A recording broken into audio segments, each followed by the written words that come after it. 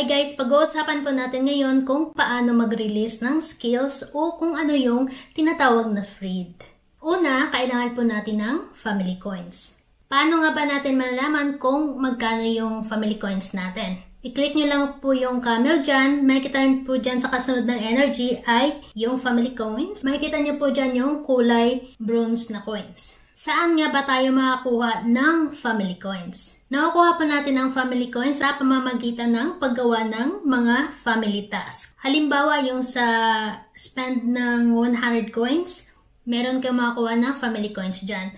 At saka yung sa daily entry, meron din kayong makakuha hanggang sa pababa kapag nagawa nyo yan. Paano nga ba tayo mag-release ng skills? Una, i-click mo yung profile kung kanino mo gusto i-release yung skills. Tapos, makikita nyo po dyan sa baba yung tag, tsaka add kung hindi nyo pa sila ka-playmates. Tapos, kasunod nyan ay freed, tapos yung gift. Yung pipindutin nyo po ay yung freed. Tapos, unahin nyo sa pag-click yung family coins, yung sa dulo. Huwag yung coins na ginagamit natin sa pang-trade. Kasi masasayang lang yan. Lagi nyong i-click una yung family coins, tapos yung protection. Dati, iba yung itsura ng protection. Kulay blue yan na parang tao. Ngayon, pinalitan nila ng angel. Tapos, pag na-click mo na yung dalawa na yan, i-click mo na yung freed dito sa baba. Tapos, yung finread mo na tao ay makakatanggap ng golds.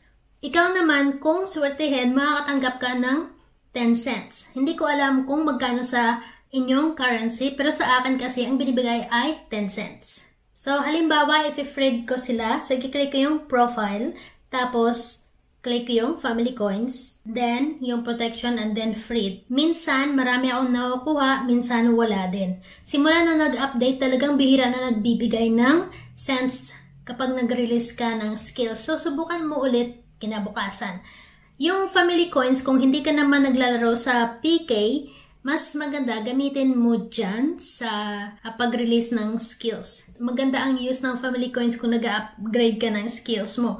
Pero mas maganda rin i-upgrade mo yung skills mo kung Room-Boss Hunter ka, no? Kasi meron ka ding nakakuhang cents sa Room-Boss, lalo sa level 1, kapag natalo mo yun.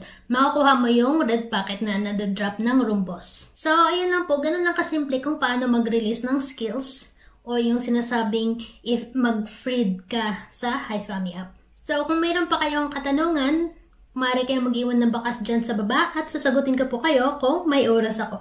Ayun, maraming salamat sa panood at sa lagi niyo pong suporta at pumunta pa kayo sa aking family haul para magsabi. Maraming salamat po sa inyong lahat. Bye-bye!